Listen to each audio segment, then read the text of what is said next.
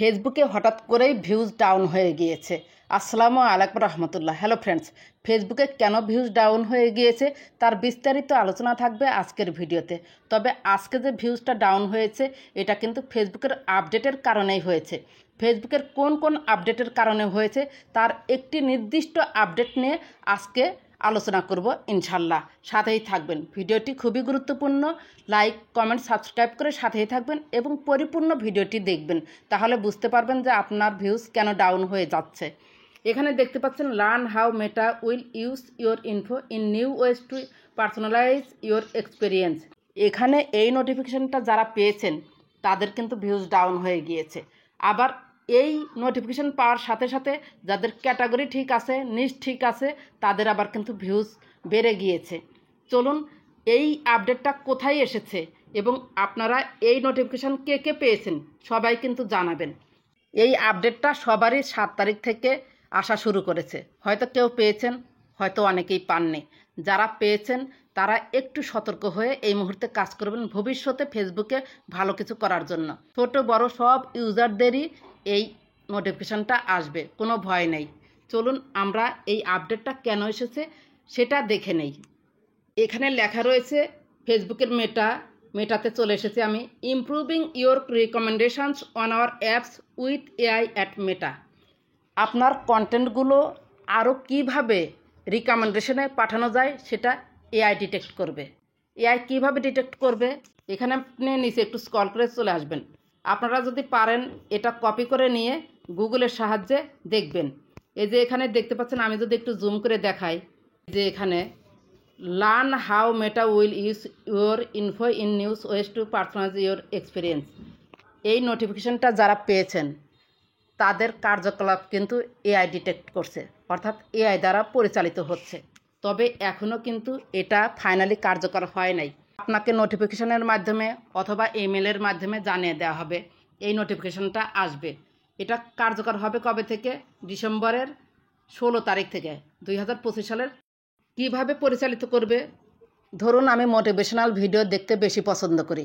আমি কোনো প্রোফাইলে গেলাম, আমার সামনে একটি মোটিভেশনাল ভিডিও এলো, আমি সেখানে লাইক করলাম, কমেন্ট করলাম। এই যে লাইক করলাম, কমেন্ট করলাম, ফেসবুক কিন্তু জেনে গেল যে আমি মোটিভেশনাল ভিডিও দেখতে বেশি পছন্দ করি। আমি যখন ফেসবুকে এসে প্রোফাইল বা পেজে ভিডিও স্ক্রল করব তখন কিন্তু ফেসবুক আমাকে মোটিভেশনাল ভিডিওগুলোই দেখাবে। আবার যখন দেখা গেল যে আপনার লাইক পড়েছে আপনার কন্টেন্টে, সেটা কিন্তু 50% ওই অডিয়েন্সের কাছে যাবে। আর যখন কমেন্ট করবে 100% ওই অডিয়েন্সের কাছে যাবে। সো আপনারা যারা ভিডিও দেখবেন, যার ভিডিওই দেখুন না কেন, আপনি লাইক কমেন্ট পরিপূর্ণভাবে দেখবেন। তাহলে আপনি যার ভিডিওটা দেখলেন সেই টাইপের ভিডিওই আপনার সামনে আসবে। তবে এখন থেকে সব কন্টেন্ট আপনার সামনে আসবে না। ধরুন আমি মোটিভেশনাল ভিডিও দেখতে পছন্দ করি, আমি যদি মোটিভেশনাল ভিডিওতে লাইক কমেন্ট করি তাহলে ফেসবুক আমাকে সেটাই বেশি বেশি দেখাবে। আবার ধরুন যে আমার তো অনেক ফলোয়ার্স রয়েছে, অ্যাক্টিভ ফলোয়ার্স রয়েছে, অ্যাক্টিভ ফলোয়ার্সের ভিডিওগুলো যদি দেখি, সেখানেও যদি লাইক কমেন্ট করি, সেই ভিডিওগুলোও আমাকে সাজেস্ট করবে। আর একটা কথা হচ্ছে যে ধরেন আমি টেক রিলেটেড ভিডিও বানাই, টেক রিলেটেড ভিডিওতে যদি আমি লাইক কমেন্ট করি, ফেসবুক আমাকে টেক রিলেটেড ভিডিওই বারবার দেখাবে। সো এখন থেকে আপনারা যে ভিডিও আপলোড করবেন, আপনারা হচ্ছে এক ক্যাটাগরিতে ভিডিও আপলোড করবেন, এলোমেলোভাবে ভিডিও আপলোড করবেন না। এলোমেলোভাবে যদি ভিডিও আপলোড করেন তাহলে ফেসবুক থেকে কখনোই আপনি সফলতা অর্জন করতে পারবেন না। তাছাড়া আপনার ওই যে এলোমেলো ভিডিও, সেই ভিডিওতে ভিউজ পাবেন না।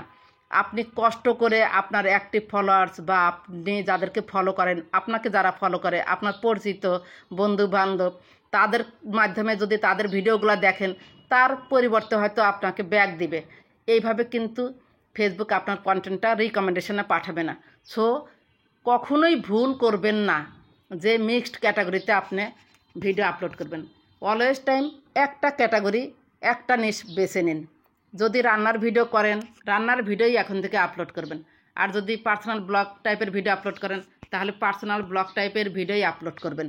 এই আপডেটটা কিন্তু আসলেই গুরুত্বপূর্ণ। ফেসবুক বারবার আপডেট দিয়ে জানাচ্ছে, মেটাতে আপডেট দিয়ে জানিয়েছে। গতকালও এই টাইপের ভিডিও আমি একটি দিয়েছি, সে কারণে আপনাদের এখন থেকেই সতর্ক হতে হবে। এই আপডেটের কারণে আমাদের সবার ভিউজ ডাউন হয়ে গিয়েছে। মূলত এআই আপনার প্রোফাইল এবং পেজের কন্টেন্টগুলো কোন অডিয়েন্সের কাছে পাঠাবে সেটা এখনও ডিটেক্ট করতে পারছে না। আপনি যখন একই ক্যাটাগরির ভিডিও দিবেন তখন এআই আপনি যে টাইপের ভিডিও তৈরি করেন ঠিক সেই টাইপের অডিয়েন্সের কাছে পৌঁছে দিবে। এভাবে ধীরে ধীরে আপনি আপনার প্রোফাইল এবং পেজের গ্রোথটা বাড়িয়ে নিন। আরেকটি কথা, আমরা যে মেসেঞ্জারে চ্যাট করি, কথা বলি, সেই কথাগুলোও কিন্তু এআই দ্বারা ডিটেক্ট করা হবে। কারণ আমি যদি সেখানে কোনো কিছু জানতে চাই, ফেসবুক আমাকে সেই টাইপের ভিডিওই দেখাবে। সো এখানেও কিন্তু আমাদের জন্য পজিটিভ।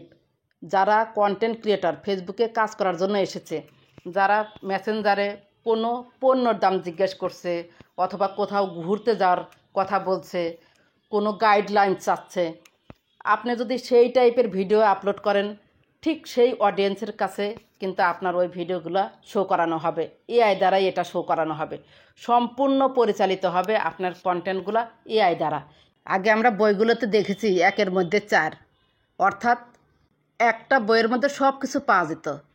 এমনকি আমাদের ফেসবুক কন্টেন্ট ক্রিয়েটরদের প্রোফাইলে গেলে দেখা যাবে যে বিভিন্ন ক্যাটাগরির পোস্ট রয়েছে। এখন থেকে সেটা আর হবে না। এটা অনেক ভালো হয়েছে। যে কাজ করবে এক ক্যাটাগরি নিয়ে কাজ করবে।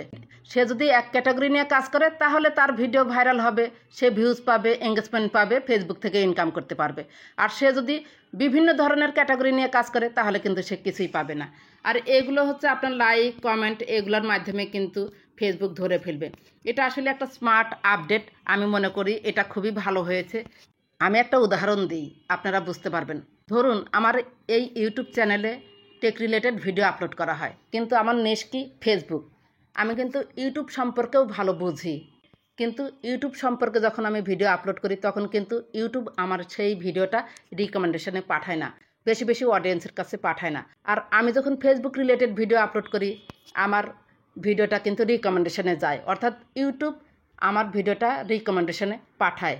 ঠিক এই কাজটাই ফেসবুক 16ই ডিসেম্বর থেকে কার্যকর করবে।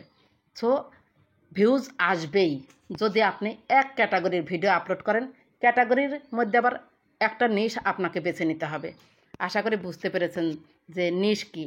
সো আজকের আপডেট আপনি যদি ফেসবুক থেকে ইনকাম করতে চান তাহলে আপনাকে এক ক্যাটাগরির ভিডিও আপলোড করতে হবে। কারণ এখন থেকে আপনার কন্টেন্টগুলো এআই দ্বারা ডিটেক্ট করা হবে। আপনি কি করছেন না করছেন সেই টাইপের ভিডিওই আপনার সামনে আসবে। অডিয়েন্সদের ক্ষেত্রেও ঠিক একই রকম। অডিয়েন্সরা যে টাইপের ভিডিও দেখতে পছন্দ করবে তাদের সামনে ঠিক সেই টাইপের ভিডিওই ফেসবুক সাজেস্টে পাঠাবে। আপনারগুলোও তাই করতে হবে। আপনার টাইটেলটাও দিতে হবে খুব সুন্দরভাবে, ছোট্ট করে একটা টাইটেল দিবেন যেন আপনি নির্দিষ্ট ক্যাটাগরির অডিয়েন্স ধরতে পারেন। হ্যাশট্যাগও দিবেন নির্দিষ্ট যে টাইটেল দিয়েছেন, নির্দিষ্ট টাইপের নিশের যে আপনি ভিডিও আপলোড করেছেন বা রিলস আপলোড করেছেন সেই নিশের আপনি 5টি রিলেটেড হ্যাশট্যাগ দিবেন। রিলেটেড হ্যাশট্যাগ দিবেন না। রিলেটেড হ্যাশট্যাগ দিলে কিন্তু আপনার কন্টেন্ট কখনোই ফেসবুক নির্দিষ্ট অডিয়েন্সের কাছে পাঠাবে না, যারা আপনার নিশের ভিডিও পছন্দ করে। ভিডিওর একেবারে শেষ পর্যায়ে আমি চলে এসেছি। সো আমি আপনাদেরকে বলবো, যদি ফেসবুকে সফলতা অর্জন করতে চান আজকে থেকে, এখন থেকে এক ক্যাটাগরি বেছে নেন এবং সেটা কিভাবে বাঁচবেন সেটা কিন্তু আমি গতকাল খুব সুন্দরভাবে দেখিয়েছি। আপনার অডিয়েন্সকে গুরুত্ব দিবেন। আপনার অডিয়েন্স কি চায়, আপনার কাছে কোন ধরনের ভিডিও চাই, ঠিক সেই ক্যাটাগরিটা বেছে নেবেন। একটু চিন্তা ভাবনা করে আপনাকে সিদ্ধান্ত নিতে হবে। এলোমেলো সিদ্ধান্ত নিলে কিন্তু হবে না, বারবার চেঞ্জ করলে কিন্তু হবে না। আরেকটি কথা, অরিজিনাল কন্টেন্ট আপলোড করবেন। টাইটেল দিবেন ছোট, রিলেটেড হ্যাশট্যাগ দিবেন 5টি। রিলেটেড হ্যাশট্যাগ দিবেনই না, একটাও দিবেন না। আশা করি আজকের আপডেটটা আপনারা বুঝতে পেরেছেন। যদি ভিডিওটি ভালো লেগে থাকে বা আপনার একটু উপকার হয়ে থাকে প্লিজ লাইক, কমেন্ট, সাবস্ক্রাইব করে সাথেই থাকবেন। ভালো থাকবেন, সুস্থ থাকবেন। আল্লাহ হাফেজ।